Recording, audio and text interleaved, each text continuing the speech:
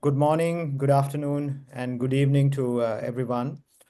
Today our speakers and participants joining us from across the Indo-Pacific and beyond. On behalf of South Asia Foresight Network and the Nation Building International Institute in Thailand, I'm pleased to welcome you today for the second webinar on Indo-Pacific in Flux, Trump's return and the Iran-Israel war. Now, today, as the Quad Ministerial Summit is taking place in Washington, D.C., where 4 Quad member foreign ministers from India, Australia, Japan are meeting Secretary of State Rubio, we are conducting this webinar with distinguished scholars from Quad nations and 2 South and Southeast Asian nations to capture the geopolitical dimensions taking place in the Indo-Pacific. With Japan pulling out of the 2+2 and US request for defense spending for boosting for 3.5% of the GDP, and to AUKUS, where Pentagon has called for review, which is going on right now, and not forgetting the US tariff regime that's taking place in the Indo-Pacific. There are many challenges the ministers will discuss today in Washington, D.C. And our scholars will attempt to unpack some challenges in maintaining a free and open Indo-Pacific. We gather at a time of rapid geopolitical shifts, the intensifying, the conflict in the Middle East, with sending shockwaves well beyond the region, affecting global security and economic alignments. At the same time, the return of Donald Trump to the White House introduces the prospects of a new strategic direction in the US foreign policy, one that could significantly influence the Indo-Pacific. It was Trump who initiated in 2019 the Quad Ministerial Dialogue, which is taking place today. Many Americans believe that President Trump has the strength and capacity to confront the United States' strategic competitor, particularly China. His previous administration's Indo-Pacific strategy marked a more assertive posture, and a second term could either reinforce or reframe US engagement with key allies and regional mechanisms such as the Quad. Now, recent strategic analysis, including a report from our friend and colleague, Lisa Curtis from CNAS, Center for New American Security Studies, has called for renewed focus on the region. Now, the report highlights measures such as expanding maritime domain awareness, regional information fusion centers, investing in undersea cable infrastructures, coordinating efforts to counter sabotage risk, deepening economic cooperation through Quad investors, including bringing the IPEF, Indo-Pacific Economic Framework. Above all, it stresses the importance of stronger engagement with ASEAN and Indo-Pacific sub-regional groupings, particularly in South Asia as well as Southeast Asia. Now, in this context, today's discussion will examine how the convergence of these developments, the Middle East conflict, Trump presidency, and evolving Indo-Pacific security dynamics will shape the strategic landscape. How will Quad nations recalibrate their policies? What role can regional institutions play in stabilizing the current flux? And how will Quad and nations in South and Southeast Asia respond? Now, to explore these questions, we are joining by distinguished panel, Dr. Satoru Nagao from Japan, Professor Kraingsak Charongsak from Thailand, Dr. David Brewster from Australia, Dr. Smriti Patnaik from India, and Ratinder Kuruvita from Sri Lanka, who's actually joining from China. So each brings deep insights and national regional perspectives to today's conversation. After their opening remarks, we'll proceed to Q&A. And thank you once again for joining with us. And I now have the pleasure of inviting Dr. Satoru Nagao to deliver his opening remarks. Dr. Satoru Nagao is a non-resident fellow at the Hudson Institute in the US, an associate professor of Institute of International Strategy in Tokyo International University, a specialist on Japan's evolving defense posture and his role in the Quad. So over to you, Dr. Satoru Nagao. Thank you. Thank you very much. Thank you very much for inviting this precious chance. Because of the time constraint, indeed, I have a class after that, so that's why it's very limited, I can say. But the 5 minutes I gave, this is precious time I will use. Indeed, after compared with the Biden administration, my image towards the Trump administration is indeed positive. But from now, I want to say the good part and the bad part both one by one. Firstly, we remember we need to remember what kind of achievement Trump has done the last some months. Now the June, so half a year. But now July, sorry. But nearly half a year has gone, and what kind of situation we can remember. Firstly, we can remember what happened in the recent NATO summit. Many European countries accept to increase their defense budget to the 3.5% of the GDP plus 1.5% of the GDP, defense-related budget, so in total 5%. This was indeed originally came from the policy of the Obama administration. Obama administration starts rebalance, and the first Trump administration, Biden administration, now the second Trump administration, all U.S. president demand, request, allies and partner to increase their defense budget, such kind of level. But indeed, the pace was very slow in the past.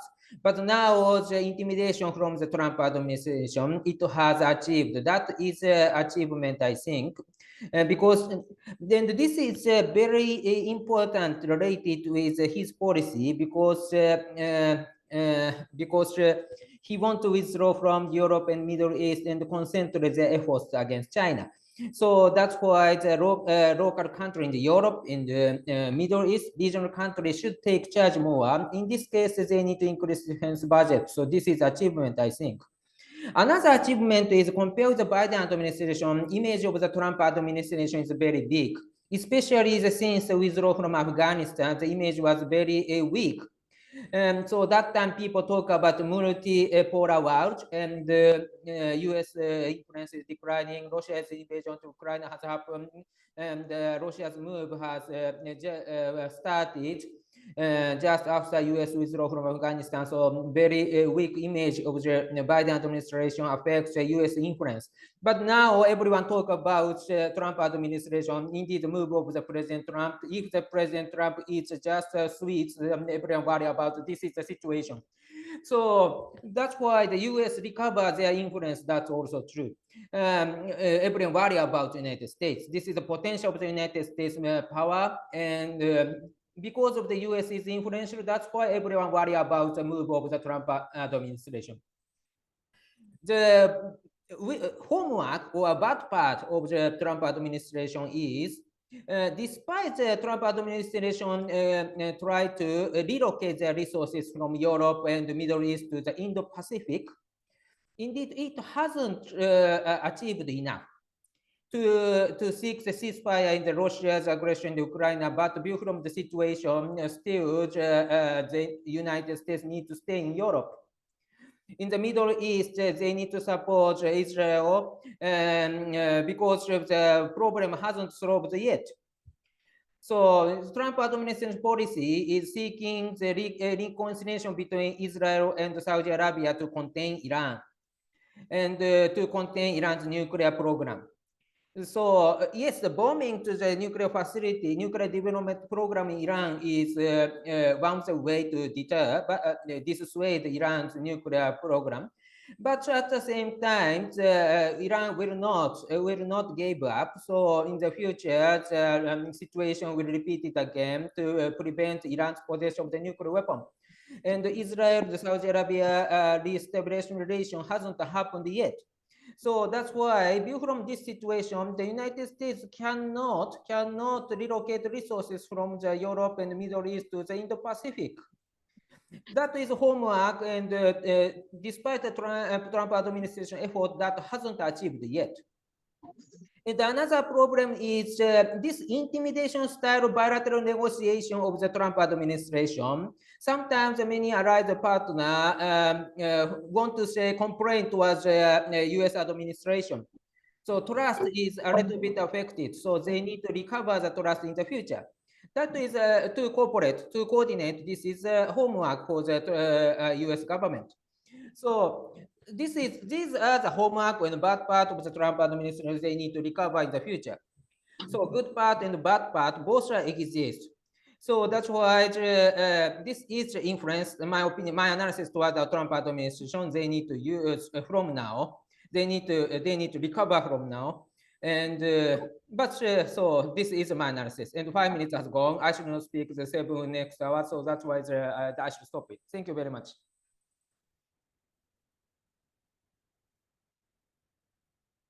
You are mute. Thank you, Dr. Nagao.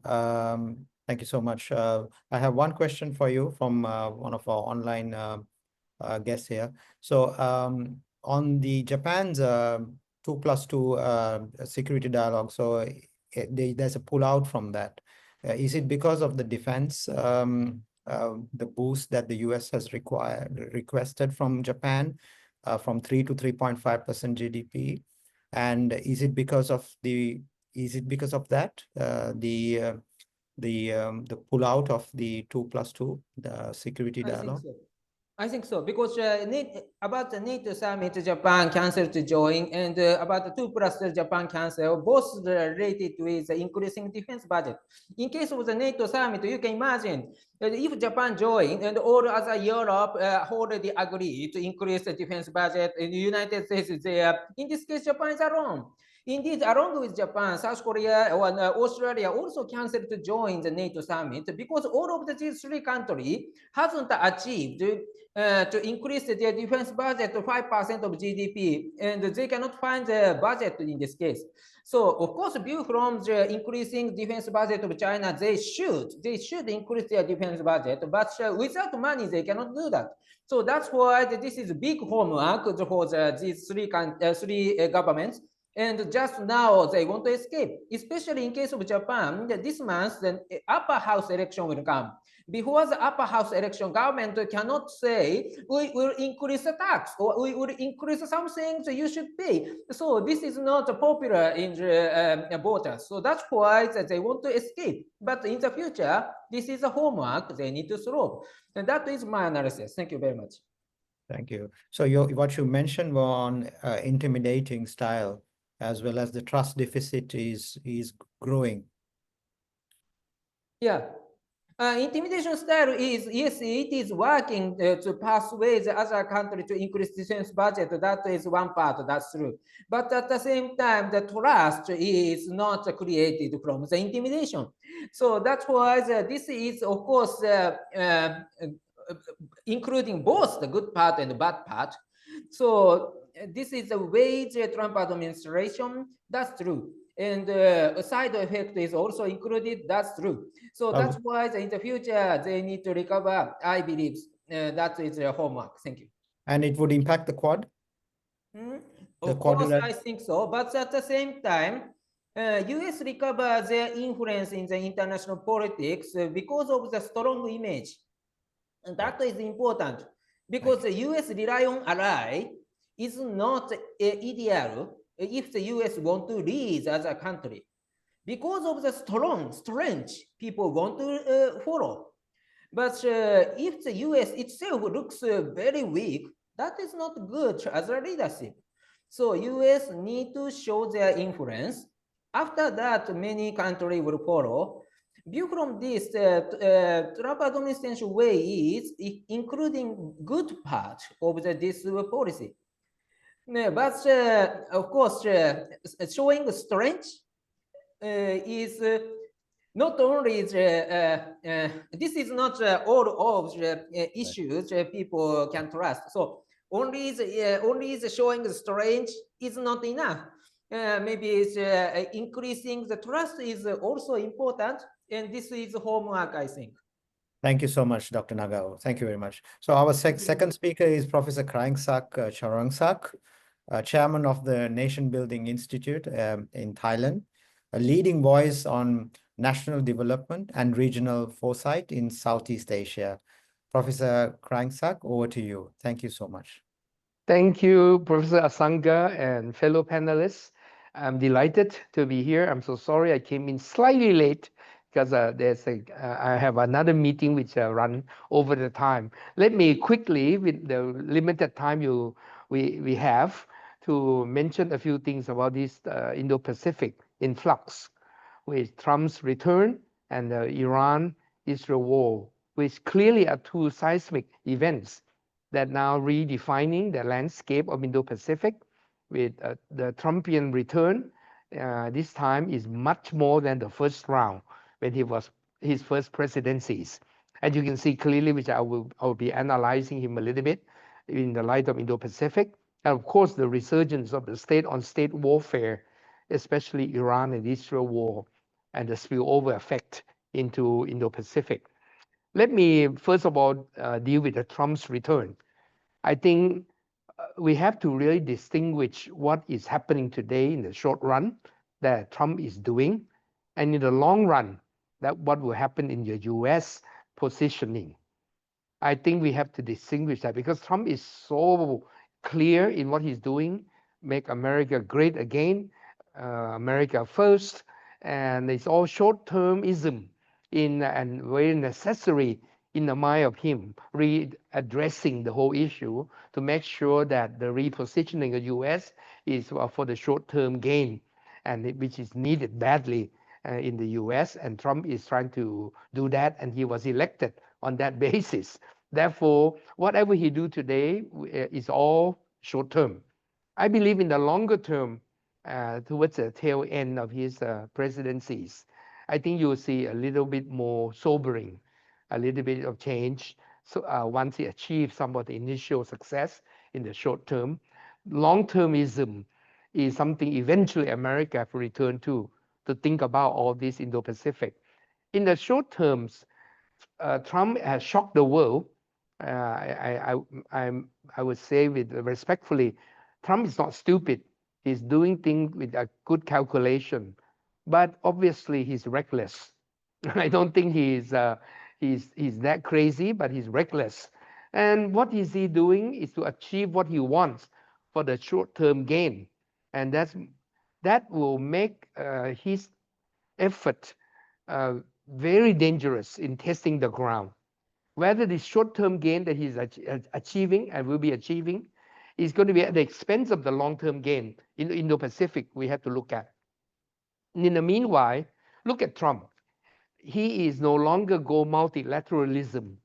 He's going bilateral, country by country, obviously, because the superpower number one of the world will benefit by negotiating one-on-one on every issue with every country, because you are overpowering them and you have short-term gain. You can call the shot, you can push them around, you can put your effort and then bring to the conclusion in the way that preferential to what your short-term benefit. So therefore, he's bilateral, zero-sum game, and he's making a deal. He loves deal making, as we can see now. I saw that coming even before his presidencies. That there's a word called deal, making a deal, and here he's making deal all over, and successfully or not successfully is not the real matter. The matter is to achieve what he wants behind the deal. The deal is just a ploy to discuss things, but he's pushing his way. So here, Trump is more bilateral in his approach, not so multilateral. Number two, Trump is clearly perceiving China in much more vivid way of being adversary. And the confrontational effort with China is always there from the beginning and will continue to be there. Therefore, his approach to China is to make sure that he can contain China and make sure that the U.S. supremacy return again in a way that is no longer to be blurred by the competing power like China, which is coming up so strongly and at the level where it's very uncomfortable for the U.S. So the confrontational effort with China is looming large in the back of his mind. I could see also that the natural gravitation that U.S. should be in beginning before Trumpian time, and even today, if it's the natural logic, would be he should play with the Indo-Pacific card, because that is the region where he should contain China, because the Indo-Pacific, he should really bring in all the nations that to contain China, so that China would not be so expansive and able to achieve too many things that the Chinese want. So that naturally he should play the Indo-Pacific card well. But it seems that he's not playing that card heavily at the moment. But eventually, my prediction is that to the end of his presidency, towards the end, once he addressed the short-term issue and get it done to substantive level, he will come back to take interest in Indo-Pacific. It's impossible not to, because that's the game that U.S. has to play to contain China eventually. Therefore, Indo-Pacific will come back in his mind far more. And therefore, the traditional allies that U.S. has been very strong allies with, Japan, for instance, South Korea, and many other countries that are natural with U.S., the Australia, and New Zealand, and so on. So all these countries clearly have to be picked up again. The relation has to be intensified eventually after the short term is done. He has to come back. The U.S. by Trump on post-Trump has to come back to Indo-Pacific. There's no other way out. But meanwhile, therefore, we distinguish the short term and the long term. I think this is how it's going to play. Indo-Pacific is allowed to be in the doldrum for a little while because it's still not quite the urgent necessity for the short term. But I think U.S. will have to return to play the game of Indo-Pacific eventually. And therefore, the traditional allies who are worrying about U.S., what to do with U.S., is a wild card. Like Trump don't know how to handle the in Indo-Pacific. They have to deal with Trump, looking in the longer term, play with the short term with Trump, and let it continue until it comes to the finality, when Trump is more comfortable to come back. I think U.S. has to come back to play the Indo-Pacific game. With the issue of Iran and Israel war, the spillover to Indo-Pacific, it's obviously not going to go away easily. I don't think it's going to be that easy, but it will have some impact. The shock to the global energy and logistics eventually. In the meanwhile, we will not see the obvious, but the surging of oil and gas prices impact will happen sometime, and that will impact the economy of the world, especially the Asian economies that are going to be impacted severely with this oil shock that may happen. The gas and oil price impact will be a shock to the global energy system. And the logistics is obvious in the area with the middle power like Iran in that region, and Israel war and Iran war, the U.S. taking interest in this war very heavily, and therefore that would be the spillover effect to the rest of the world and the Asia Pacific, no doubt. The maritime security is obviously going to be a difficult thing. Is the choke points going to be at risk? The Strait of Hormuz, the Red Sea will be a very difficult area to watch. It's so easy if the Iran would just burn up a few ships in the Hormuz and then block the whole passageway. That would be a big problem. So maritime security will be at risk due to this spillover effect. And the geopolitical vacuum is going to be an issue. Nation will have to think economics, energy, and security and military at the same time. You can't just divorce the issue. It has to come together. And the geopolitical tension going on in the background and with the vacuum that can happen seasonally and the arm races, you can see the surge of the defense budget in most of the countries in stockpiling of the arms and the usage of the arms and therefore this is going to be the implication of Iran-Israel war that is going to spill over to the rest of Indo-Pacific. The whole Indo-Pacific is alerted with a difficult time in the world we're living today. Everybody have to think all these issues at the same time I mentioned: economics, energy, security, military. So these are very difficult issues. And the implications, lastly, I think I don't know whether I went over time. Let me just quickly say that I think basic idea is that the Chinese is trying to build a BRI network to expand the naval reach across Indo-Pacific, encroaching on somebody is competing with me, encroaching on some of their Indo-Pacific region. The Indians had to take some kind of a more solid kind of positioning. What to do when India and China are not naturally together, but they have to be together at some level, but they're not naturally together. There's some conflict between India and China. India is going to play a major role.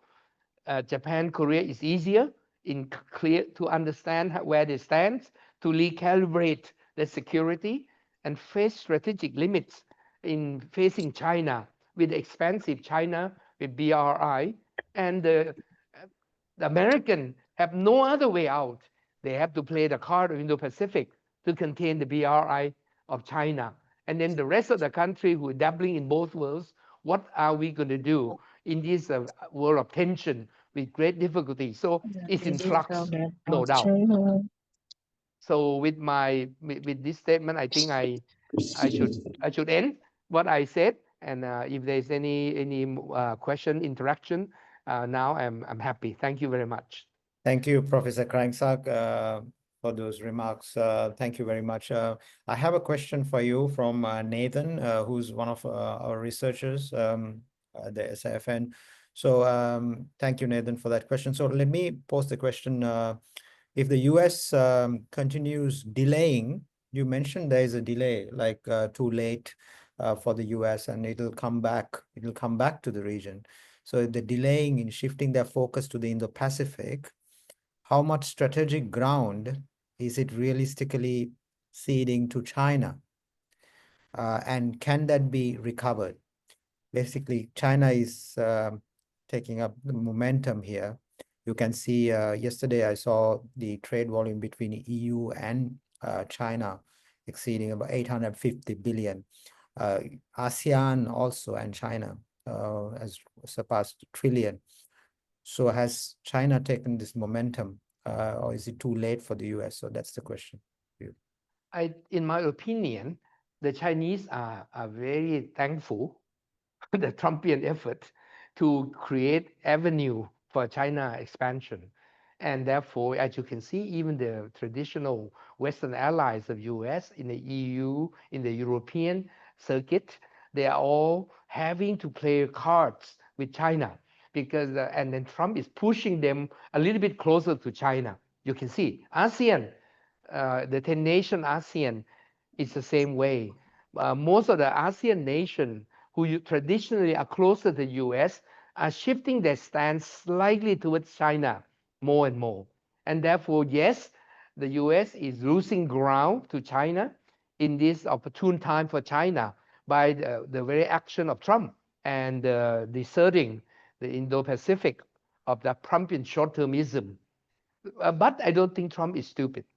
Trump is calculating and saying this, forsaking the regions, forsaking the traditional allies a little bit at this juncture is not going to hurt him too badly. He's thinking that is in his mind. He said, well, I have time to play the game to get my gain in the short term, but in the long run, I come back. I think I'm reading his mind. Whether I'm right or not, I'm jamming my words into his brain. I hope that he will come back because that's sensible. But I think the timing is the issue. If you are there too long, if you are forsaking the region too long, you may not have a chance to come back comfortably because things have changed if it's too long. So therefore, it's a question of timing. You can forsake a little while, and your so-called friends are still there waiting for you around. But I don't know how long. And if Trump is playing this game, a risky game, he has to be very careful with his timing question. But I think he will come back. Right. Thank you so much, Professor Craigsack. So I will move to our third speaker, Dr. David Brewster, who's from the National Defence College in Australia, a close friend as well as a distinguished scholar, renowned expert on Indian ocean security and regional maritime strategy. So over to you, Dr. Brewster. Thanks very much, Asanga, and thanks very much for giving this opportunity. It's great. So I'm going to, I suppose, step back and look at how these recent conflicts are playing out in the world and what it means for us in the Indo-Pacific. We're seeing major strategic instability across the three key strategic theatres in the world: Europe, Middle East, and Indo-Pacific. We've got outright conflicts in both Europe and the Middle East, and real risk of conflict in the Indo-Pacific. And this is really unprecedented, in my view, at least since around 1945. Here in Australia, we're really aware of the risks that multi-theatre conflicts play. In 1941, Australia experienced its probably one and only existential crisis in its history when it saw Britain, its major military ally, fully engaged in conflicts in Europe and the Middle East. And when Japan sought to take advantage of the distractions caused by those conflicts to create its own empire in the Indo-Pacific, Britain was not in a position to come to Australia's aid. And with the Australian military largely engaged elsewhere, it left the country undefended. And that experience really is sort of imprinted, I suppose, on Australia's collective memory and underpins a lot of its strategic thinking today. So what's happening now? We're seeing, as I mentioned, simultaneous conflicts in Europe and the Middle East.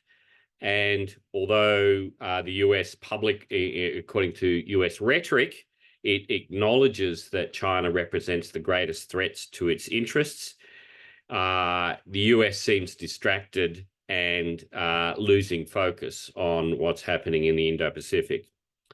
The US foreign policy establishment has really for decades been quite focused, even obsessed, might one say, about the Middle East, despite arguments that other areas of the world are potentially more important. And I don't think this, what I would see as a systemic feature of the US foreign policy system, to some extent driven by the major role that Israel plays in foreign policy making in the United States. I don't think that that has really significantly changed under the Trump administration, despite all of the MAGA isolationist talk to the contrary.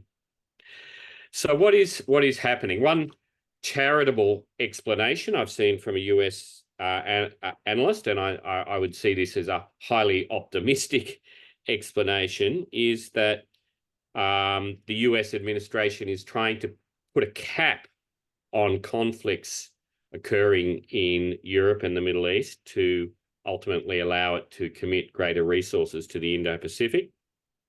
So this explanation would say that resolving the Ukraine conflict essentially by ceasing by forcing a defeat on Ukraine may not be to Ukraine's advantage, but at least it sort of caps that conflict.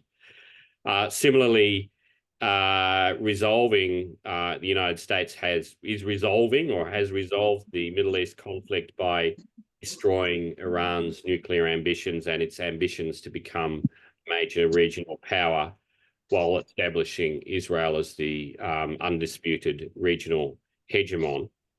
And with these conflicts, according to this explanation, resolved or in the process of being resolved, the US can then afford to commit greater resources and attention to the Indo-Pacific.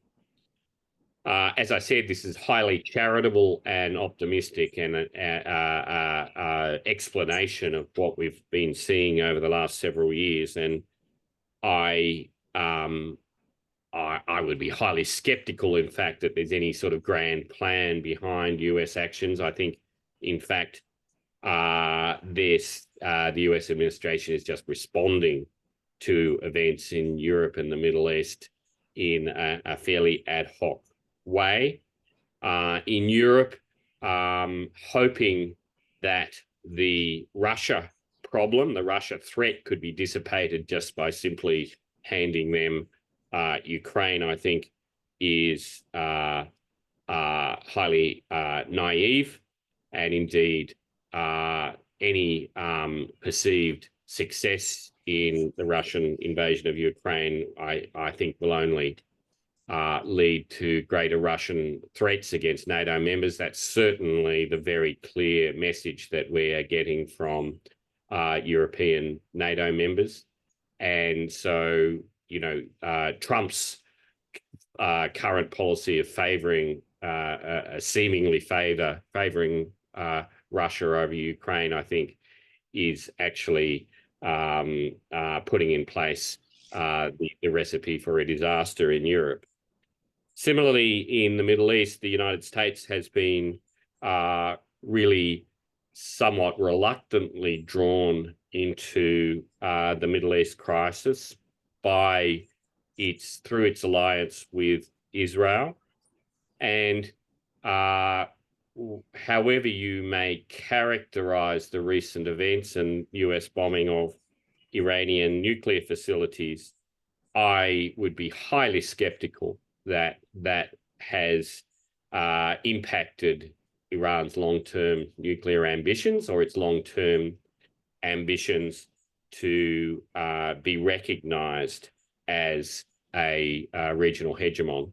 And indeed, I think the actions of the US over the last week or two in Iran has really just sown the seeds for an extended conflict involving Iran that will inevitably draw the United States further and further into that conflict. So I suppose my overall analysis is that the US actions in both Europe and the Middle East has really created a significant long-term problem for the Indo-Pacific, to the extent that it has created a basis for the United States to be significantly involved in European and Middle East conflicts, to the detriment of its ability to focus on China and deter China in the Indo-Pacific. The problems that these have created for the US role in the Indo-Pacific certainly haven't been helped by Trump's apparent desire or hostility even towards its major allies in the Indo-Pacific. We've seen what's happened with Canada. We're seeing, I think, what may be happening with the Japan relationship. the Australia relationship will be fundamentally altered by whatever happens with AUKUS. So I'm really quite pessimistic, I suppose, for looking ahead in terms of what the United States' ability to fully deter China in the Indo-Pacific with, the full suite of its defence resources. I'll leave it there. Thanks, Asanga.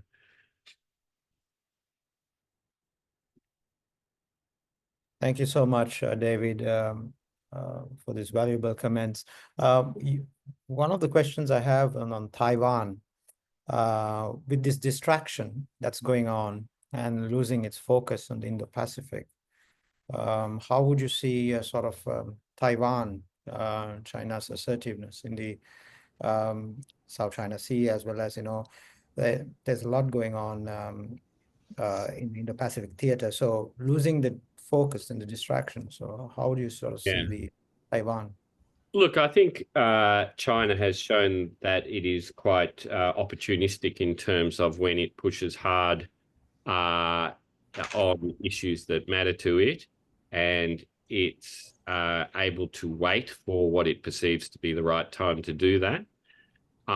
If we sort of look beyond the coming months and say take a 5-year time frame, certainly if Russia was to expand its ambitions and conflict against NATO countries, Poland or the Baltic states, for example, and or Iran is successful in expanding its conflict vis-a-vis the United States as part of a sort of a long-term, a part of its long-term ambitions, then I think once the United States is committed to those two other things, then we could expect to become a lot more assertive in Taiwan and see how far it can push the Taiwanese administration to, hopefully from its perspective, to achieve what Beijing wants without provoking a full-scale conflict. Thank you, David. Thank you so much for those comments. So I will move to our next speaker, Dr. Smriti Patnaik from India's Manohar Parrikar Institute, IDSA, in New Delhi. She will bring basically decades of insight of South Asian foreign policy expertise, as well as a distinguished scholar who's been with South Asian community and with us. So we're looking forward for your comments. Dr. Smriti, over to you. Thank you. Thank you, Asanga, and a very good morning to all of you from India, from New Delhi. Actually, this particular topic, that Indo-Pacific is in flux, is something actually I think which is very, very appropriate in the context of the Iran-Israel war as well as the Ukraine-Russia war. In fact, Trump 2.0 has inserted a kind of uncertainty to what actually Indo-Pacific stands for, how committed US is for the Indo-Pacific grouping, given that, if the NATO summit took place just a week back, and Trump's extortion and a kind of, urging most of the NATO members that they have to pay for their own security, does not give any kind of confidence as far as India is concerned. Though India does not want to be, be seen as a kind of part of the containment policy, quote unquote containment policy of the United States, it remains, little wary of any kind of militaristic approach the Indo-Pacific, forum may hint at, because India's own relationship with China is also in flux. In fact, after the border conflict of 2020, 21, and 22, the Indian approach was, a little from, graduating from a kind of apprehension regarding India's approach towards Indo-Pacific. I think India started to think that probably it is the time to be slightly more committed, but perhaps it would not match the kind of expectation the Quad members have as far as India is concerned. But its own attempt to build bridges with China has not succeeded.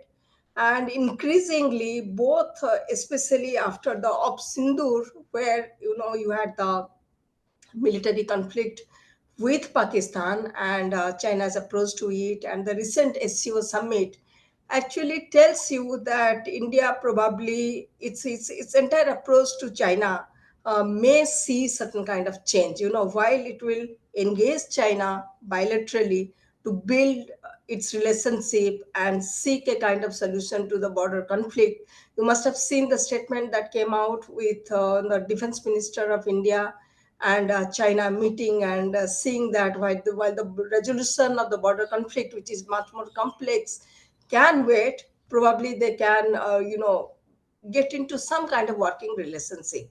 But I'm not very sure about this working relationship in between India and China. Already the two countries had an agreement in 1993, which actually dealt with peace and tranquility on the border, but we have seen the violation of that peace and tranquility. So China will remain a major factor as far as India's approach to Indo-Pacific is concerned. And India will approach a kind of, approach to Indo-Pacific will be incremental. It will not be seen as part of any strategy that aims at, containing a particular country, but incrementally in terms of mostly in non-traditional security sphere. For example, the maritime domain awareness, which India has been speaking of, especially the joint exercises, Malabar exercises and other exercises have already been there. So it will increase, in fact, cooperation with the maritime neighbors in the Indian Ocean area as well as Indo-Pacific. And this is one thing which actually makes it very clear when Prime Minister Modi visited Mauritius. The concept of Sagar, which is a very old concept of 2014, has now been converted into Mahasagar. Mahasagar is a big oceanic kind of concept, but it speaks of geopolitics as well as economics. So it is no more in the parameter of being completely non-traditional, but also at the same time developing both close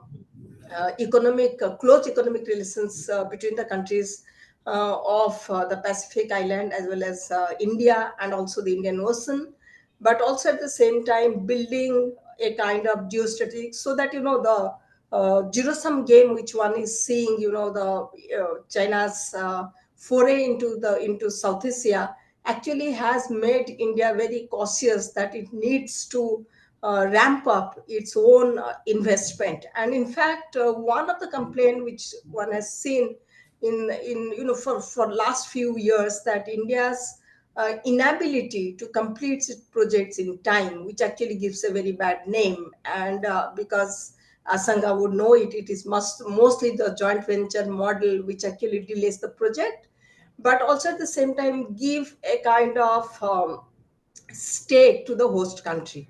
So that actually is being addressed. But this entire question of this Ukraine conflict, we also saw how the United States, when the president of Ukraine visited White House, and the shouting which one saw in the White House actually does not give much confidence whether Trump will stand by its allies. So that actually is a kind of question mark. So if you don't, as it is between India and United States post Operation Sindoor, and the American president hosting the Pakistan army chief has not sent any kind of good signal as far as India is concerned. Moreover, United States' own relationship with Japan, with Australia, it's in a very separate kind of, it doesn't fall in the same category as India's relationship with the United States. There is a lot of mistrust which continues to be there regarding what actually is Trump's policy towards China. We have seen recently, on the critical minerals which US is importing from China, the US has reached a kind of agreement with China to get critical minerals for certain, for its industries. So the thing is that with a kind of impression that Trump is a deal maker, he can really get into deal, and for any kind of economic deal, he can sacrifice the strategic interest and long-term interest. That actually creates a kind of apprehension regarding what exactly the Americans stand for at this particular moment. Moreover, India would also like to be guided by strategic autonomy, which remains a fundamental foreign policy pillar as far as India is concerned. And especially, it would not like to be seen as part of a strategy where though it supports freedom of navigation, but also at the same time should not be seen as a kind of grouping which actually is strategically aimed at a particular country. So therefore, what India has done, its policy of Act East, its policy of building regional minilaterals, its emphasis on blue economy, its emphasis on HADR, humanitarian assistance and disaster relief, are some of the pillars which India will follow as far as India's Indo-Pacific strategy is concerned. As I said, it will be much more incremental, much more gradual. While India, tries to reset its relationship with China, it will continue to engage China to see that the border conflict that India has with China gets resolved. So that actually will, to a very large extent, will shape India's Indo-Pacific strategy. So there are certain gain by being part of the Indo-Pacific. All the countries have similar kind of vision, free and open Indo-Pacific. It doesn't want militarization of this particular region, but also at the same time, the geographical parameter of Indo-Pacific, which has been set in the Indo-Pacific terminology, basically looks at the west, the Eastern Indian Ocean. It doesn't look at the west.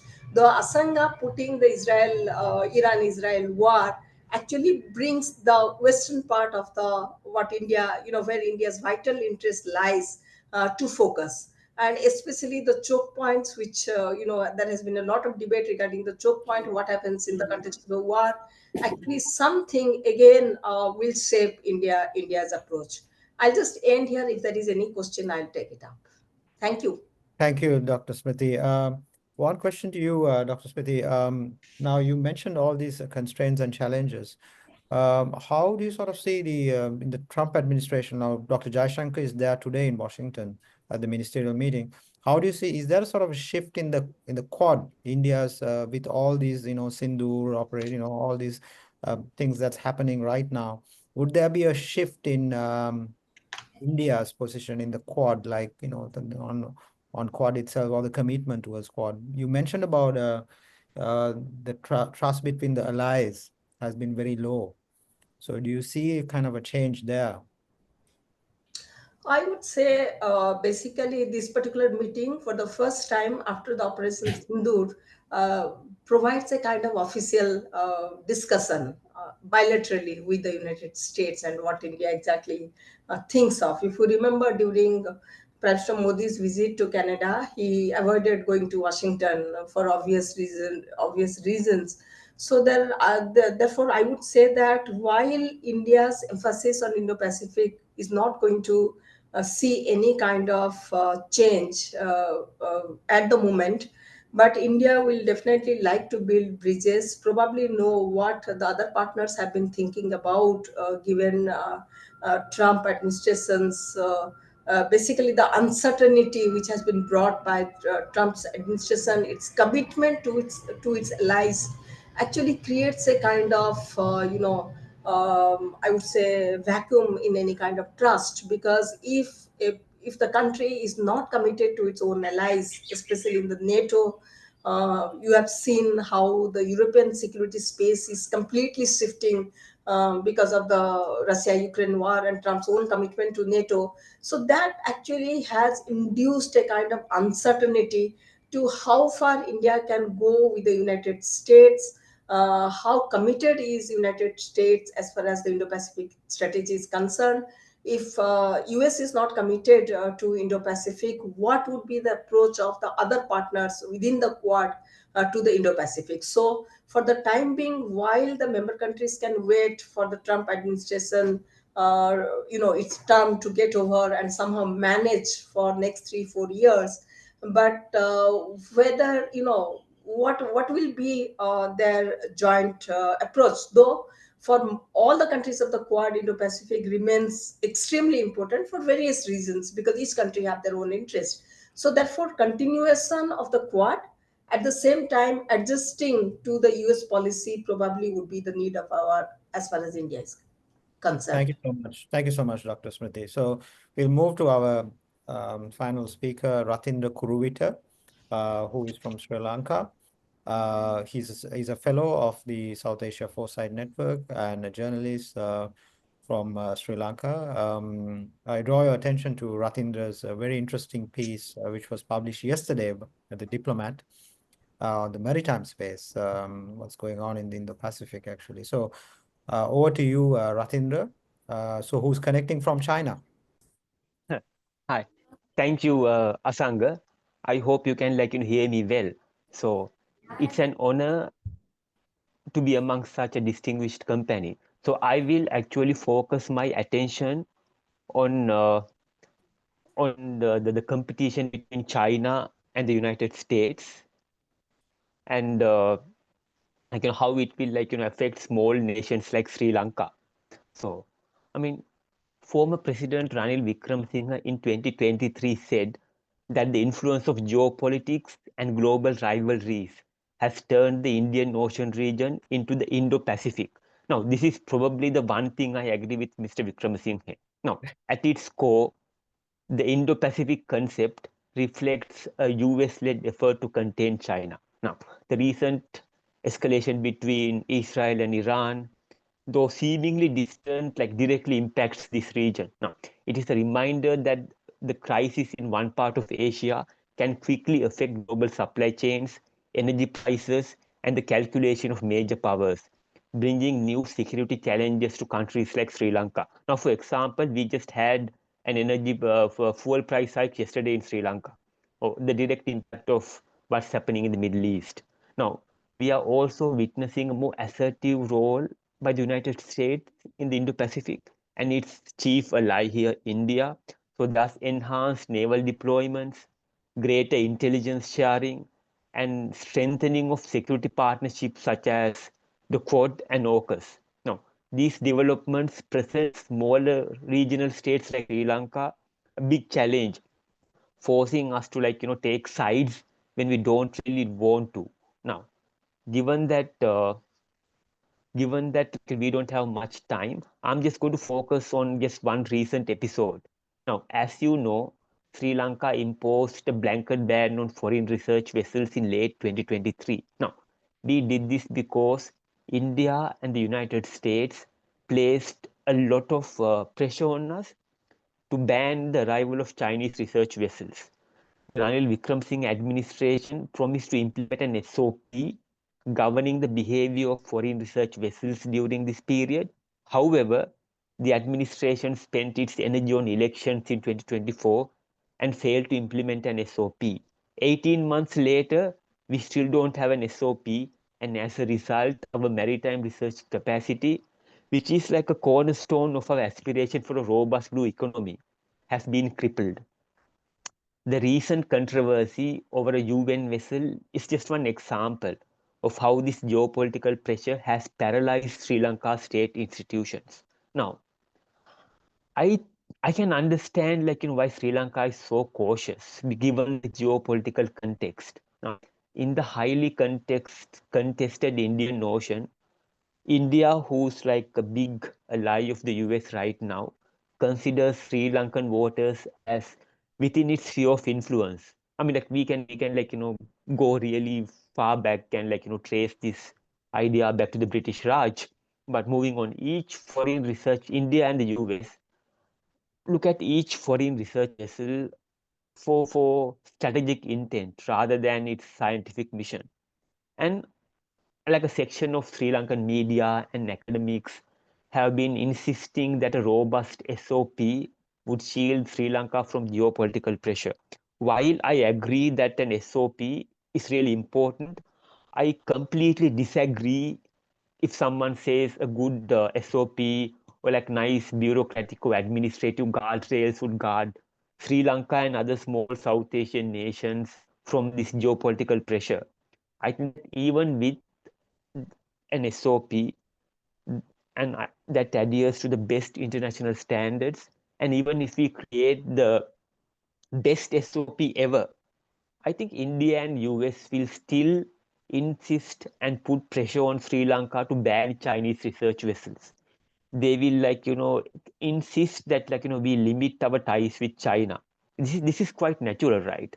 And China, on the other hand, which I think is becoming increasingly powerful with each passing year, will push back harder against India and the US attempts to hinder its operations in the Indian Ocean. Now, I think the US is the only regional hegemon we have in the world, and I think China would want to be a regional hegemon, and it makes so much sense for the US to try and stop China from becoming a regional hegemon, right? Therefore, this strategic dynamic of the Indian Ocean region ensures continuing interferences irrespective of administrative guardrails like the SOPs, right? And I think small Asian countries, smaller countries in the Indo-Pacific region are in for a really, really tough time in the future because of the competition between China and the United States. Now, given that this is we only have a very small amount of time, let me quickly talk about what can smaller nations like Sri Lanka do. I think the only option available to smaller players like Sri Lanka is to get together and form a single block if possible, if not a few smaller blocks, giving us more leverage when it comes to negotiating with the bigger players, and it will also give us safety in numbers. Thank you. Thank you. Thank you, Ratindra, for bringing the maritime sphere for this discussion, which is a very important area where Sri Lanka sits as a strategic partner with many countries. How do you sort of see, you mentioned about guardrails, how importance as well as not so important when it comes to SOPs. Mm-hmm. But Sri Lanka got into some sort of limitation troubles, I would say, at the initial stage when you look at from with China, like the BRI. I mean, looking at large, borrowings as well as there are certain projects that still needs to be looked at. I mean, there are questions. I mean, do you need standards?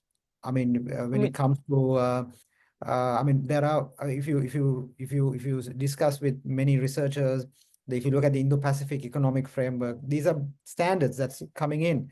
So, do you think that that is not required or not required at all? No. I mean, I think standards are important. I think that we should have a good SOP. I think we should have clear and transparent policies when it comes to dealing with the US, India, China, or any other major power, or any power, any agreement, right? I think we need a nice a national foreign policy, setting limits what we can do, how transparent we should be, and things like that, right? Now, I completely agree that we need these things, and it would provide us with some with a bit of a shield against the geopolitical pressures. But I think that these guardrails are enough to deter India, or whether it will deter China, or whether it will deter the United States? I don't think so. We are a small player, and depending So on you think, what this. so you think we are losing a lot by having this delays, 18 months, SOPs, as a country, Sri Lanka is losing. Yes, I mean, the yes. space to work with China. That's what you're saying. Yes, for sure. I mean, we have big aspirations to become a blue economy, right? And our marine research is really important to us. But for the last 18 months, our universities have done nothing because we depend on collaboration with foreign research vessels, right? And I think this has been a real big problem, and I have written an article about how we have kneecapped our own marine research and our blue economy, because one is because we don't have standards, and because we don't have transparency, and also because we have no policy to how to deal with these geopolitical pressures. Thank you, Ratinder. David, are you around? Not sure. Yes. Hi, Sorry. hi, David. Yeah. I don't know whether you heard Ratinder. Ratinder was talking Yes. about importance of standards, SOPs. Then he also mentions on kind of a containment here that's been pushed towards countries like Sri Lanka to choose players between, China and the US. How do you sort of see this? I mean, I've read some of your pieces also on this on the maritime space, especially. So how do you see this competition right now, and sort of would it sort of with your comments saying that Trump is losing focus as well as the US is losing focus, how do you see this unfolding in the next couple of years? Look, without doubt, smaller countries in the Indo-Pacific face some real problems in terms of trying to reduce the various competition among the major powers and attempts by major powers to influence them.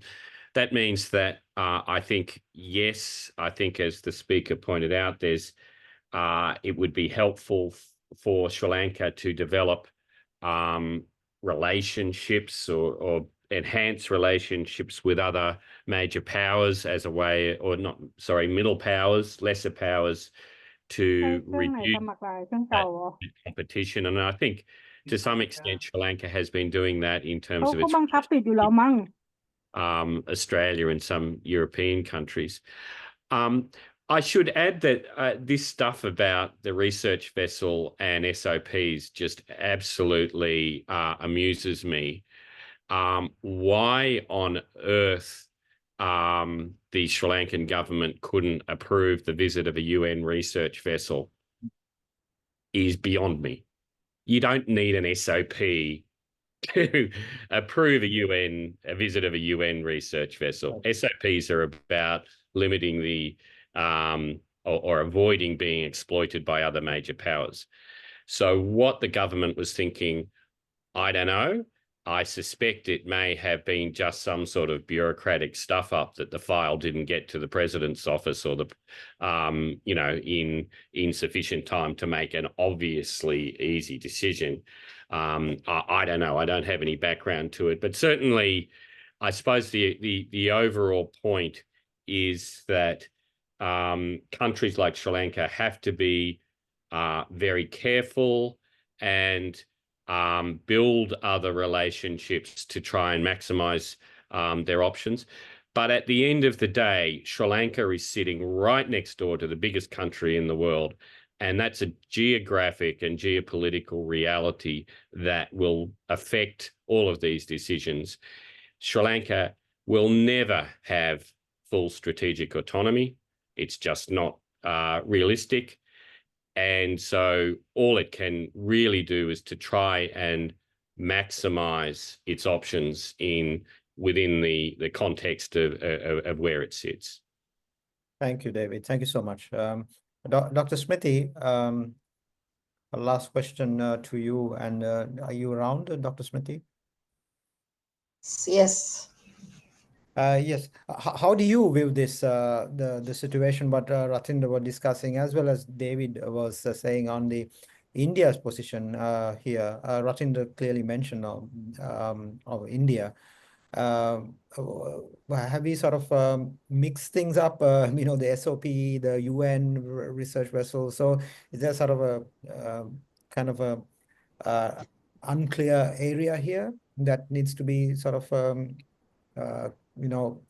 clarified, or sort of because we turned a UN vessel, right? So and the SOP, I mean, according to Ratinder, so he said that it is the US as well as the Indians who really wanted this because to move out the Chinese research vessels. So how do you view this?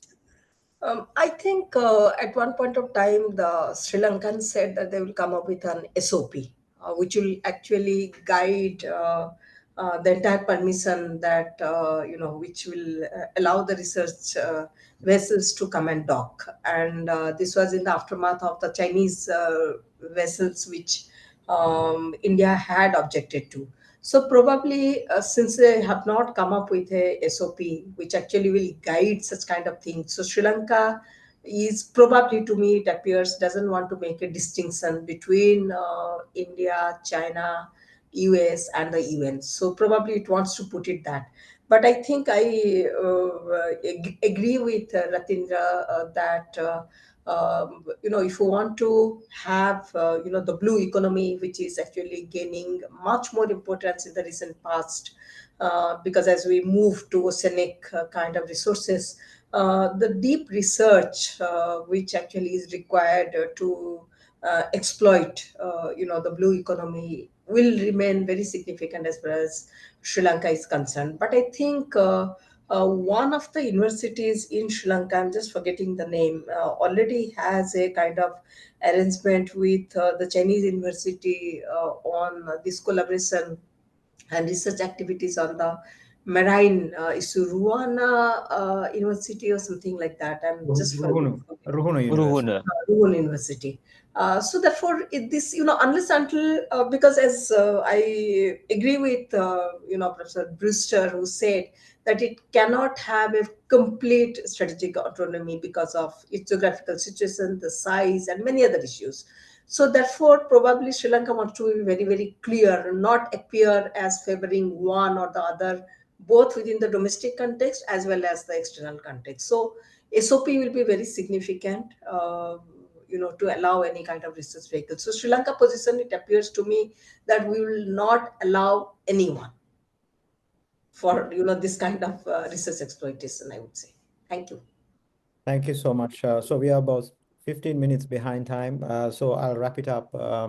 So I think we had a really good discussion. I thank all of our speakers. So if I wrap it up, the first speaker, Dr. Satoru Nagawa, clearly mentioned there's a trust deficit, a huge trust deficit that's growing in the Indo-Pacific partners perspective from Japan. Our second speaker, Professor Kraingsak from Thailand, mentioned there is a delay in the US to come to the region because they need to do some other work in the other regions, but there will be a delay. That delay would have a significant risk. Our third speaker, Dr. David Brewster, mentioned about losing focus, being distracted, which is a serious concern because of the entanglements in the other regions in the Middle East as well as in the Ukraine. So the fourth speaker, Dr. Smriti Patnaik, she mentioned of the allies, working with the allies is the most important thing, and losing that, sort of limiting the space to work with the allies in the Indo-Pacific will be a constraint. So the fifth speaker, Ratindra Kuruvita, spoke about the importance of the maritime space, how a small nation like Sri Lanka navigates with its challenges from SOPs to sort of working with big powers. So with that, I will conclude our webinar, and I thank all the speakers and participants for their questions. If you have more questions, please send to SAFN email, and I will be happy to send to our speakers. So thank you very much for your time, and looking forward for our next discussion. So we'll invite all of you for our next discussion. Thank you, Dr. David. Thank you, Smriti, Ratindra, and Professor Kraingsak. Thank you very much. Thanks very much, Asanga. Thank you, Thank you. Asanga. Bye. Bye-bye.